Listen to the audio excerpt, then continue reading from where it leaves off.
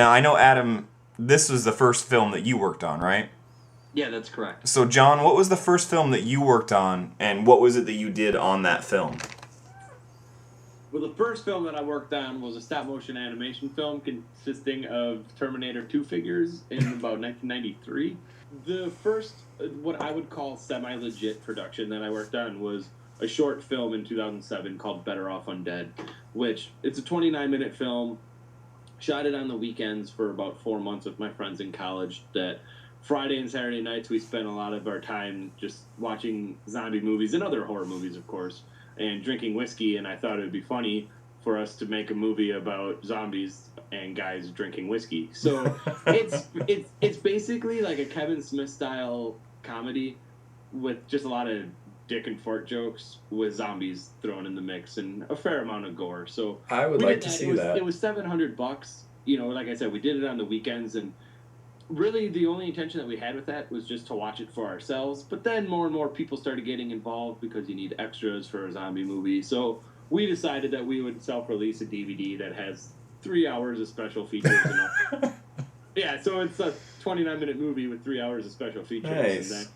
But then I did a small festival run, played in a couple tiny fests, and took it on the road to various horror conventions where I had a table to promote it. And actually, that's how a lot of the people that are involved in Dead Weight, that's how I met them, was going on the road with this little stupid movie and just getting it in other people's hands, or having hotel room screenings and strangers walking in the room and then finding out we like the same music and then we like the same horror movies, and then we become friends and they become a producer on Dead Weight. I mean, so that was it. That was really it. And again, it was a camcorder that our friend had and no lighting, using natural light for everything. Right. And yeah, it's basically as no budget as you can get. That sounds like something I would like to see. That sounds like fun. Yeah. So what's the earliest film by you, John, that the public can get a hold of? Is that Better Off Undead? Yes, Better Off Undead, which I've been meaning to get in the Head Trauma Productions store online. So maybe by the time this hits air, if you go to headtraumaproductions.com, you can... Or wait, is that... I don't even think I have a link to there. Fuck. I don't think you do. Okay, hold on. We're going to take a step back. So, maybe by the time that this airs, I'll actually get the... You got this? I got it. You got it? You Yeah. sure? No, I'm hoping to get Better Off Undead in the Head Trauma Productions, which is my production company, online store. So if you hit up carryingdeadweight.com, you can check out all our Dead Weight stuff, but then also, hopefully I'll have some Better Off Undead stuff. But yeah, between Better Off Undead and Dead Weight, those are the only two films that I have that are accessible to the public. Okay. And just so everybody knows who's listening to this, there's a very nice comic variant cover for Dead Weight, which I personally shelled out money for, so you should too, because, I get movies for free, so if I'm willing to buy it, you should. So when it comes to actually making movies, when you're out there, making Dead Weight, for example, what filmmaking jobs do you do? And we'll just kind of run through this. So, John, when you're making movies, what if you had to go through and list yourself as, here's the things I did, what jobs do you do? Everything but act. Okay. It's basically the safest way to put it. Okay. On Better Off Undead, I wasn't the cameraman. I had a friend of ours was shooting it, but I was basically a one-man crew for that film. Other friends were helping out here and there, but I did all the special effects and the directing and the acting and the prop building or directing and writing and prop building. But for Dead Weight, I mean, pre-production was all handled completely by Adam and I. Mm-hmm. We did all the pre-production work. I actually sold the business that I co-owned at the time to focus on Dead Weight full-time. So we had SAG actors, so I spent, the day on the phone with SAG, getting all that stuff lined up and securing production insurance, setting up meetings with the city of Neenah, Wisconsin, where we shot part of the stuff, and locking in locations and that sort of stuff. But then on set, we both were co-directed basically right next to each other, and then had to do other jobs, which I'll let Adam talk about. Why is it? Because you loved audio. Yeah. Yeah, loved, quote unquote. I ended up running audio a lot just because our crew a lot of the time was comprised of people that... there were a couple days where we had dudes that had gone to school for communications or whatever and had run audio before, which was awesome because I loved it when I could just let them handle things and take care of other issues or talk more closely with John. But there were a lot of days where I had to run audio. Luckily, one thing that was cool was the camera we shot on, the Sony F3, has XLR audio inputs right into the body of the camera, so audio and video are in sync. Nice. Real time, and when we dump the audio or dump the footage, like audio is already synced up. But that meant too that even though I had never run audio on anything before, Travis, the DP camera operator, was keeping an eye on things too, just to make sure stuff was coming through. But it was one thing that was nice about it, even though I couldn't really like always be keeping an eye on the actors' performances. I was hearing so intently every word, and it was nice to be able to say to John, or to, after a take or whatever, I could tell John, like, yeah, that was good, but this one little part I think we need to do different, just because, and it might be things that I might not have heard otherwise if I wasn't running audio and really just like focusing on every single word that was being said as much as maybe like the visual aspects of things. But other than that, I mean, like John said, it was there. I was assembling fake, like corpse body molds, and while with one of our crew members, while John was running through, or actually filming some footage, we needed to put the molds together. So me and a guy were doing that for one part, and then there was another time where John was off doing shooting some stuff, and I was back at another location running through all the lines with all the actors. And that was one cool thing about, like, John and I worked co-directing together, and having co-written, because we were on the same page about everything. Like, there was never an argument on set at any point in time about, I think they need to do this, or I think they need to do that. It was always like, we were on the same page. If anything ever came up, like, I'd pull John aside and be like, oh, so and so had an idea for this to be different, to say this line here different. I like it. John's like, cool, and that was the end of it. Like, it was, we're if one of us was into an idea, generally the other one was too, because we both had talked about the story for a couple years at that point, so we knew what we needed to do and how we wanted it to be. But otherwise, yeah, it was really just like hauling shit through the mud and the manure and the snow and carrying stuff, and we had a pretty bare bones crew a lot of days. It was one of those shoots that I'm sure a lot of other independent filmmakers will say, but everybody that was on set was a crew member, and that included the cast. This wasn't one of those shoots where the cast were like, hey, we're here to be in front of the camera, everyone else do the dirty work. When shit had to get moved, or we had to haul stuff half a mile up because we couldn't access it by car, cast and crew were grabbing everything. And it would be common for a cast member to adjust the light during a setup too, if the light was further away from Travis, our cinematographer. So everyone did a bit of everything. Which pretty much, if you're making a movie for little to no money, that's pretty much the only way you can do that. Absolutely. So, yeah. Or if you're trying to shoot about 100 pages, or excuse me, trying to shoot about 75 pages in 7 days, that's what you got to do too. Wow. So you guys actually shot the whole film in 7 days?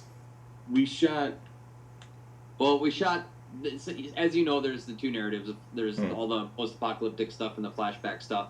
We shot all of the post-apocalyptic present timeline stuff in 7 days in April of 2011. And then in August of 2011, we shot for 3 solid days all of the flashback. Oh, okay. And those were pretty long days, pretty intense shoots.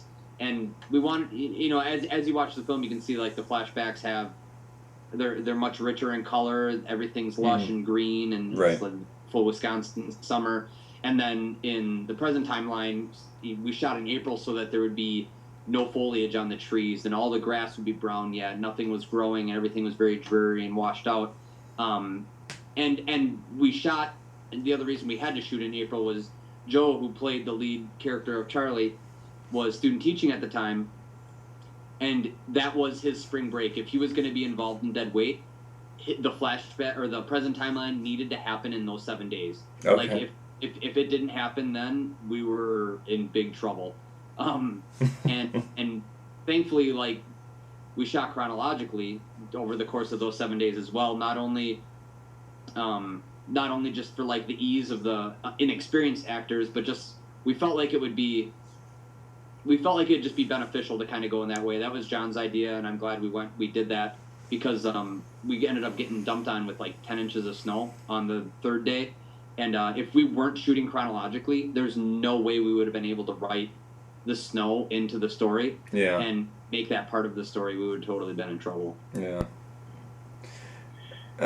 So out of the jobs you guys did on set when you were making the movie, what did you enjoy doing the most? Whew. I don't remember enjoying a whole hell of a lot those 7 days. There was one point where everyone was in a good mood, and I did some cartwheels and juggled. And so that was the entertainer job? Yeah, I don't know. I just was kind of like that. That was the John's off shooting this little scene, and I'm not gonna go there. So. I just need to like have a sanity moment right now where I'm just not caring about anything. But what we like the most? Oh man, do you have one? Do you know off the top of your head? No, are you talking individual job as in like directing or gripping? Yeah, exactly. Like of the things that you did on set, whether it's directing actors, whether it's, lighting a scene, that sort of thing. Was there one particular thing that you just actually enjoyed while you're doing? Like, I understand, making a movie in 7 days, there's not a whole lot that's really enjoyable about that until later when you get to put it together and watch it. But when you were actually there, was there one thing that kind of stood out to you as something that you actually really enjoyed the most while you were there?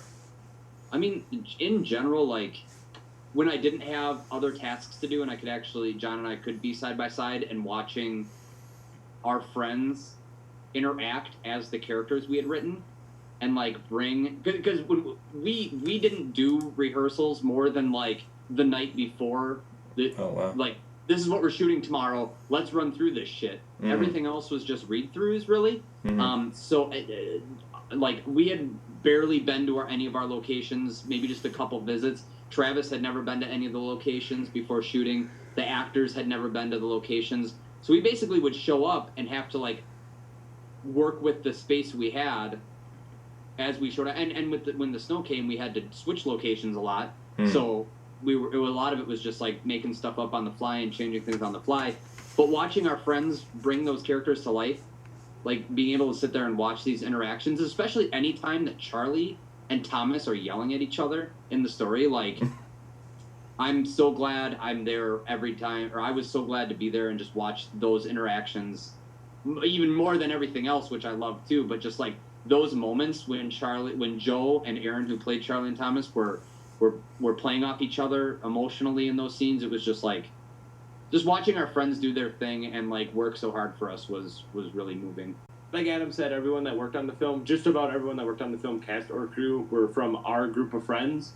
And something about that is they're our group of friends, but not necessarily friends with each other. Mm-hmm. So we knew the majority of the people, but everyone else didn't really know each other. So there were certain moments that I can recall in particular where we're setting up a scene and here we are with actors that are meeting each other for maybe the first time, or they've spent a couple days with each other, and then they're working with Travis, our cameraman, who they never met prior to this shoot, and then we have crew members coming in and out each day that didn't know each other, and just kind of being in the middle of this and looking around and seeing all these people working together for the same reason and for no money, that they were there because they wanted to be. It was a pretty awesome thing to be like, wow, these lives might never cross except for on this set. And having it be all people that you're already personally connected to as well, that you already have like this personal emotional connection with. Like John said, it was a lot of like, we know these guys and we know these guys and we know those people, but none of them met before. And like watching all these like amazing new super fucking sincere friendships blossom around us within all these people that we knew together. Like it was pretty awesome. And like we call it the Deadweight family, and that's not just some like dramatic like, oh, we were so great together when we made this film. It's like fucking like the 2 months after Deadweight, like watching all of these people become friends on the internet or like interact or whatever on Facebook or whatever bullshit like that, like seeing these lifelong friendships come together was like it was pretty awesome.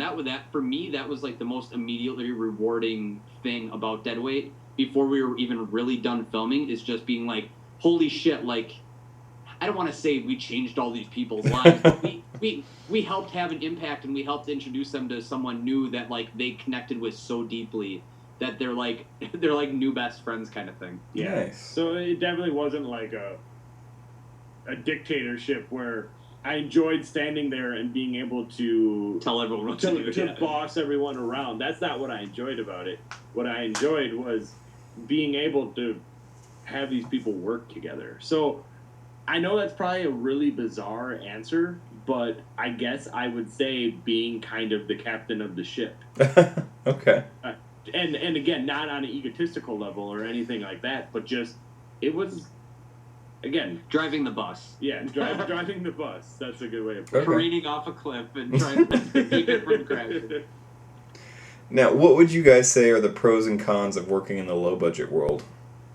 The cons, everything. Yeah, everything. That's the answer everyone always gives. Yeah. Well, it's true then. The pros though, like I'd say, we actually just did like some written interview questions, and one thing that I never really, it was always an apparent thing, but it never truly like dawned on me, like the hugest pro, and I guess I didn't really realize it until we started meeting other independent filmmakers that were not in our exact position, but we own Deadweight.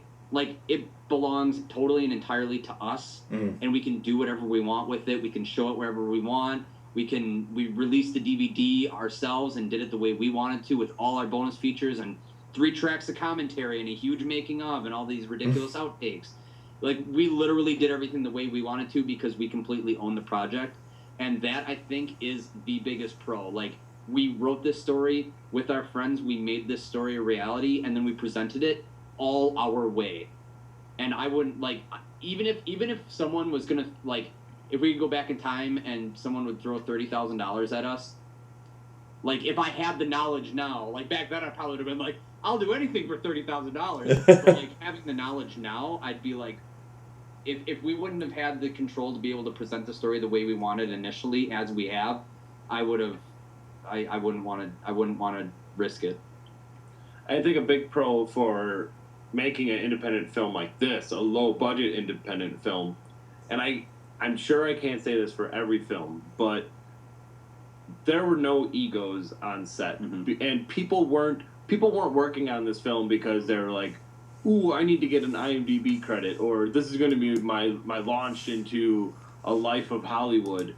No, because this is people working 16-hour days when they're freezing cold by 10 inches of snow and getting dumped on, or they're standing in a field with 60-mile-per-hour winds. The pro is that you have people that work on this because they want to, and that something that maybe is easy for us to overlook is that they believed in Adam and I, and they wanted to help us reach our goal. And so a huge pro is you get to work with some really incredible people. And yes, there's going to be exceptions to that, I'm sure, and other filmmakers can probably tell you that, but I also feel that's kind of part of the filmmaker or the director is to find those right people, to find the people that have that attitude that you want to work with.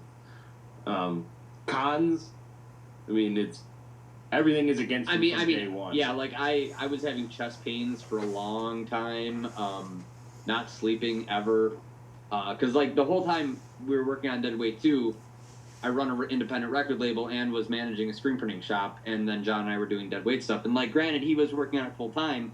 Like, there was still we were still meeting 2 nights a week for hours, like, and hours and hours. During editing, I'd come over and go over stuff with John after he had been working on it all week, and we'd spend hours together and stuff. And it was just like, and pre-production was kind of a fucking nightmare. Like, that was so stressful. Coordinating all the schedules, finding all the locations, trying to get extras, trying to make sure we got the insurance, trying to make sure we got the equipment rentals, making sure Travis isn't going to have a shoot coming up where he could actually make a shitload of money and, like, you know, have to end up bailing on us. Just like worrying about every little thing along the way.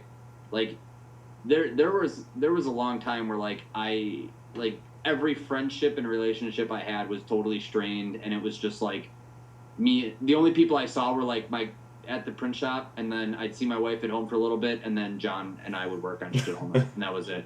And I'm not a terribly social person, but when I need time to be with people, I need it. And for a long time, it was just like totally devoid of that. It was just like we have to fucking work around the clock forever. Michelle Corvée, who played Meredith in the film, she said something to us. I can't remember if it was the first or second day, but she just said that independent filmmaking is problem solving, and it's so true from day one. Yeah, that's a great problem quote. solving, and even when you're done with the film, when you're trying to shop it for distribution, as we said earlier, we don't have a name in dead weight. Mm-hmm. People don't know who the hell Adam Bartlett and John Pata are. So to the general public, it's not an appealing film. And you're not going to get attention from studios. You're not going to get attention from bigger film festivals. And on top of that, a film like Dead Weight, which some people call it horror, some people don't. We're fine with that. It's not a blood and guts film. It's not a film that's chock full of nudity and, just like memorable one-liners and stuff like that. So it's a little bit harder to get it out there because it is, in our opinion, a little bit of a different story. So everything's always against you, and there's always people that have more money than you and have more equipment and more experience. So trying to compete with those, I don't even want to say compete, but trying to swim in the same pool with those people can be very, very difficult. So just kind of going along with what you were just saying there, to talk about Deadweight itself, what made you guys decide to make such a zombie-free zombie movie? Initially, I don't think that wasn't really our intention. Initially, there was a lot more of the traditional horror elements, I guess, or more traditional like zombie genre kind of elements. But also early on, we knew we wanted it to be very heavy on character and very heavy on dialogue and all about people's interactions and people's will to carry on and what they do to survive. And I guess it was kind of along the way, organically, our focus just kept shifting more and more and more and more in the character direction and less and less and less and less in some of the more, we need to have this in here because it's a horror story kind of thing. Or like, let's put this in here because it'll be a fun aspect to a horror story. Because it became a lot more of a drama, sort of. A lot more drama elements bled in, and a lot more horror elements kind of like bled out. So it was sort of something that happened organically, and when we realized that's the way the story was going, we started making more of a conscious effort to just be like, do we really need this in here? And a lot of that was, a lot of those decisions were thanks to really honest and helpful criticism from a lot of our friends. Our script supervisor Lee, our friend Scott, then Aaron Christensen, who played Thomas, gave us a lot of really, really great feedback. Set up a table read in Chicago with a lot of Chicago area theater and film actors, where we got to sit around and watch a bunch of people just read through the first draft of Dead Weight and just like sit there and not partake in it at all, just watch and listen. So that was awesome. But got a lot of feedback from them, and just taking all that feedback and kind of filtering through it, picking out the things that we liked, and Dead Weight just sort of ended up becoming a lot more of this even more of a character piece than we had originally intended. And basically I feel like we almost kind of pulled out. There is not a day that goes by where I feel like we should have cut something else out of the script or that we cut out something that we shouldn't have. Like, I firmly believe that we got the script to the point where I am super, super, super happy with it, even like 2.5 years later or whatever since we stopped writing and called it done. Like, I'm totally content still with where the script is at, and I feel like we trimmed every little bit of fat that we could and beefed it up where it needed to be, and it just turned into Charlie's story about him and his character. Well, I truly think it's the first I would truly call a zombie drama that I've seen. I mean, it really is not a horror movie. I mean, there is some horrible elements to it. Don't get me wrong. There is some parts in the movie that are just fucking horrible. And I'm not going to go through it because I don't want, if there's anybody who's listening to this that haven't watched the movie yet, well, first off, why are you listening to this if you haven't watched the movie yet? But if they haven't, there's some stuff I don't want to ruin, but there's some parts in it that are really, gut-wrenchingly horrible. when you want to call it horror, but it's really not a horror movie, I don't think at all. And really, I almost to the point where when you get the little bit of zombie action, if you want to call it that you get towards the end of the movie, I almost even felt like, did it even need that? And yes, it really did, because otherwise people are going to say, well, they pussed out and they didn't put any zombies in their zombie movie. So, I'm glad you guys put it in there. But really, that's one of the things I really loved about your movie, is the fact that you made a zombie movie that didn't feel like it had to pander to zombie movie fans that just needed to see that scene where the dude's legs get ripped off and you see the guts spill out, Because we've all seen that 40 or 50 times. Anybody who's like me, who's seen all the zombie movies that are out there, and yay, I've seen it before, and it's nice to see something that's different. So, kudos to you guys for really doing something different with the zombie genre.